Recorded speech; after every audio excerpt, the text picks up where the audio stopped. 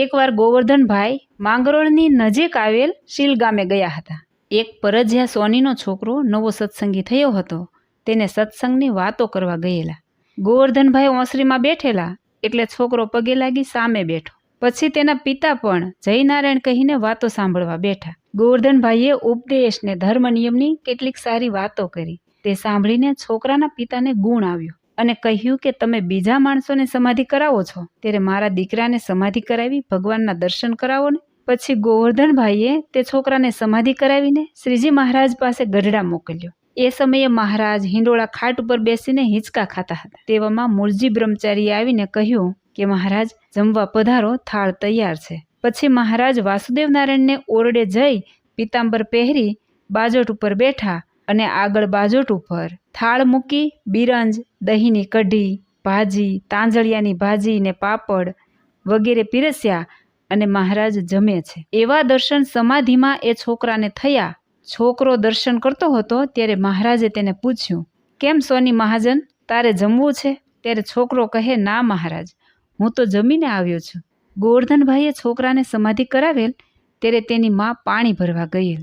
તે ઘેર આવી જુએ છે તો છોકરો ચત્તો પાટ પડેલો ને નાડી પ્રાણ ન મળે. એથી એ બાઈ એકદમ ગભરાઈને બોલી કે અરે, આટલી વારમાં મારા છોકરાને શું થઈ ગયું? એમ બોલી શોર બકોર કરી ઊંચેથી રડવા લાગી. ગોવર્ધનભાઈ કહે, બાઈ, તમે જરા પણ ગભરાશો નહીં. તમારા દીકરાને સમાધિ થઈ છે. તે ગઢડા ગયો ત્યાં શ્રીજી મહારાજ જમે છે અને તે તેના દર્શન કરે છે. મહારાજે તેને જમવાનું પૂછ્યું પણ તેને ના પાડી. હું તમારા દીકરાને જગાડું ત્યારે તમે એને આ બધી વાત પૂછીને ખાતરી કરજો. પછી ગોવર્ધનભાઈએ છોકરાને સમાધિમાંથી જગાડ્યો ત્યારે તેના બાપે પૂછ્યું કે તને સમાધિમાં જેવા દર્શન થયા હોય તે વાત કહી સંભળાવ. પછી છોકરે મહારાજના જમતા દર્શન કરેલા તે સઘળી વાત કહી. તે સાંભળીને તેના માતા પિતા વગેરે સૌ સંબંધીઓ અતિશય રાજી થયા. પછી ગોવર્ધનભાઈ સાંજે પોતાના ઘેર આવ્યા. સાચા ભક્તો કદી પણ કોઈ પ્રકારની સિદ્ધિ મેળવવાનો કે સિદ્ધિ દેખાડવાનો પ્રયાસ કરતા જ નથી અને પોતાની પ્રશંસા, પ્રસિદ્ધિ અગર કીર્તિને બિલકુલ ઈચ્છતા નથી. દંભ, કપટ ને અભિમાન વગેરે સર્વ દોષોનો ત્યાગ કરી કેવળ નિસ્વાર્થ ભાવે અત્યંત નિર્માનીપણે સર્વના પ્રતિ પ્રેમથી, દયા ભાવથી વર્તતા હોય છે અને સાંસારિક સઘળો વ્યવહાર ને સ્ત્રી પુત્રાદિકનું લાલન પાલન કરવા છતાં અનાસક્ત યોગની અતિ ઉચ્ચ કક્ષાએ પહોંચેલા હોય છે. એથી તેઓ જગતની કોઈ સારી નરસી બાબતમાં લેવાયા સિવાય નિર્બંધપણે ઈશ્વરી સુખનો સર્વોત્તમ આનંદ માણે છે.